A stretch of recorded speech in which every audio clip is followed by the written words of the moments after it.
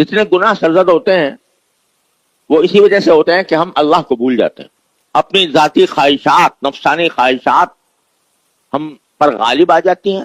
اگر اللہ کی یاد دل میں ہوتی اور اگر اللہ تبارک و تعالیٰ کے سامنے پیش ہونے کا احساس دل میں ہوتا تو پھر کبھی بھی انسان سے گناہ نہ ہوتا.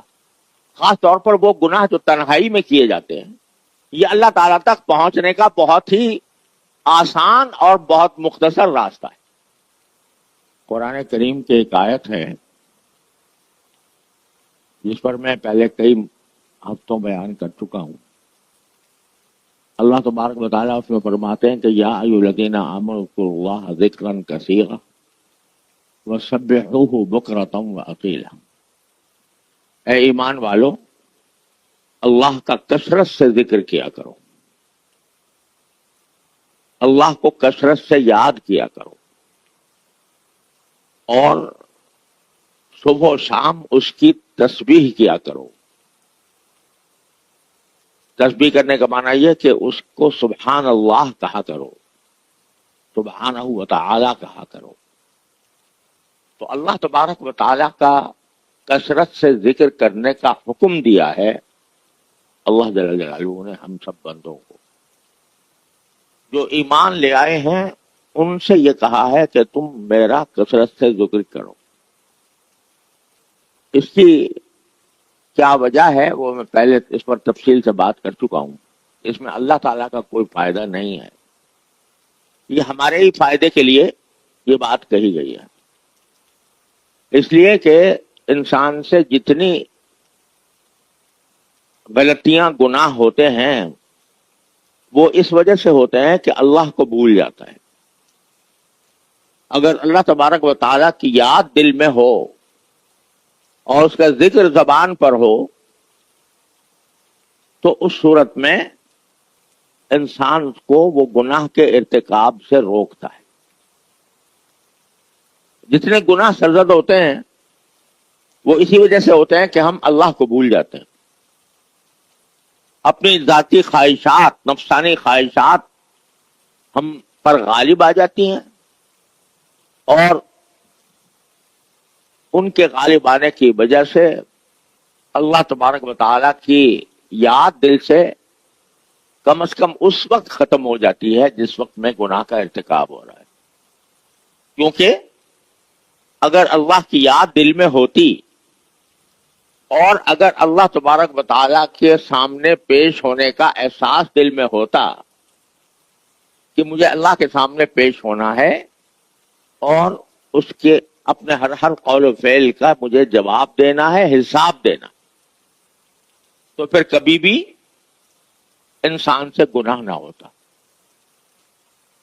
خاص طور پر وہ گناہ جو تنہائی میں کیے جاتے ہیں اس کے بارے میں سوچو کہ اگر وہ گناہ جو تم تنہائی میں کر رہے ہو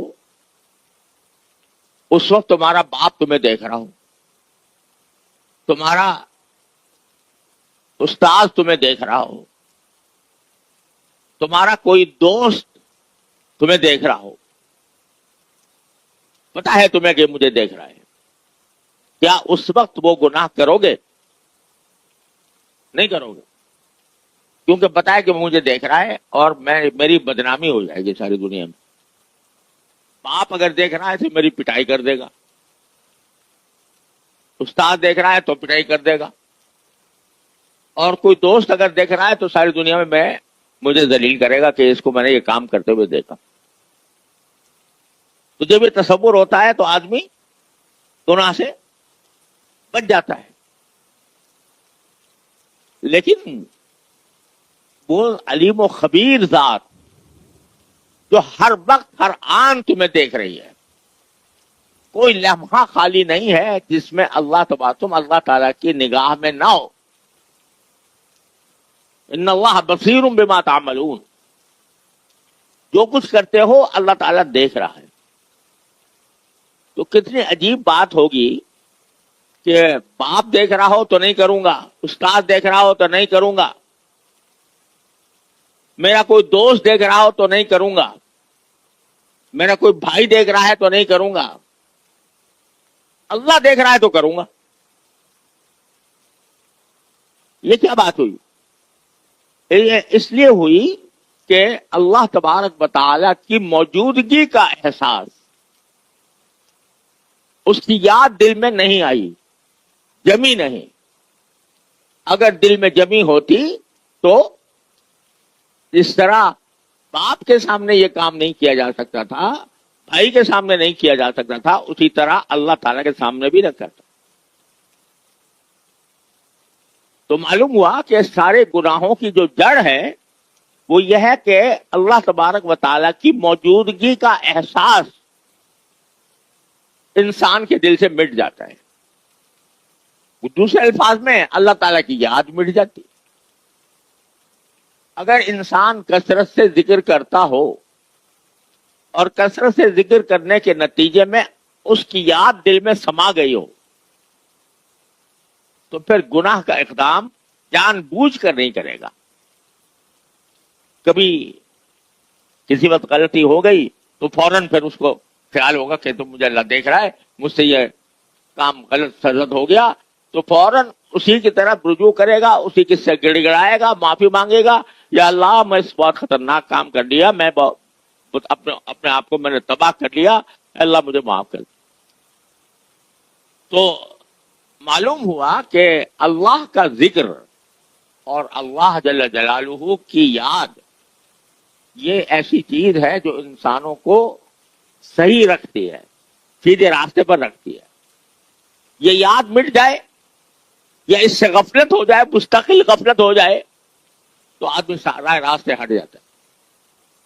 اس لیے اللہ تبارک و تعالی نے ہم سے یہ کہا ہے کہ الذین آمنوا اذکروا اللہ ذکرا کثیرا، اے ایمان والو اللہ کا کثرت سے ذکر کیا کرو۔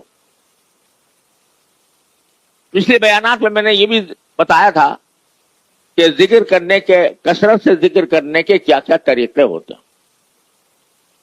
اس میں یہ بھی بتایا تھا کہ زبانی ذکر بھی ہوتا ہے، دل کا ذکر بھی ہوتا ہے، اور دعا بھی ایک ذکر ہے، دعا بھی ایک ذکر ہے، اور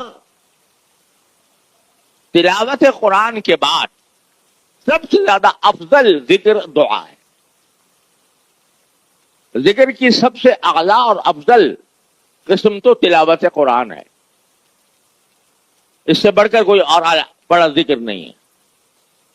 سب سے عظیم ذکر، سب سے زیادہ نافع ذکر، سب سے زیادہ فائدہ مند ذکر کیا ہے؟ تلاوت قرآن۔ جتنا انسان قرآن کریم کے ساتھ لگاؤ پیدا کرے گا، چاہے تلاوت کے ذریعے ہو چاہے اس کو سمجھنے کے ذریعے ہو، اتنا ہی قرآن کریم کے انوار و برکات انسان کے دل میں سمائیں گے۔ تو قرآن کریم سب سے زیادہ افضل ذکر ہے۔ لہذا ایک مسلمان معاشرے کی یہ خصوصیت تھی کہ صبح کو اٹھنے کے بعد کوئی دوسرا کام نہیں کریں گے، سب سے پہلے قرآن کریم کی تلاوت کریں۔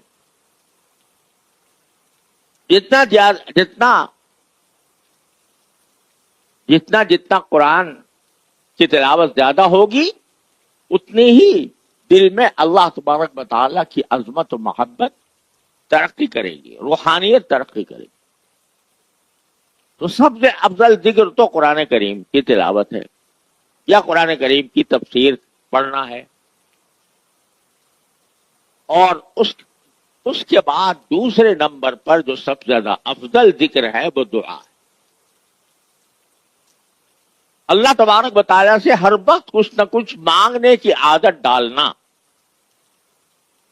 چھوٹی سے چھوٹی چیز بھی اللہ تعالیٰ سے مانگے، اپنی ہر چھوٹی بڑی حاجت اللہ تعالیٰ سے مانگے، اور اس مانگنے کا نقد فائدہ تو یہ ہے کہ وہ ثواب مل گیا آپ کو۔ یا اللہ گرمی لگ رہی ہے، گرمی دور کر دیجئے، یا اللہ سردی لگ رہی ہے، سردی کم کر دیجئے، یا اللہ میں کہیں جانا چاہتا ہوں، اچھی سواری مجھے عطا فرما دیجیے، سواری میں بیٹھ گیا ہوں تو یا اللہ مجھے عافیت کے ساتھ منزل تک پہنچا دیجیے، گھر میں داخل ہو رہا ہوں تو یا اللہ میں سب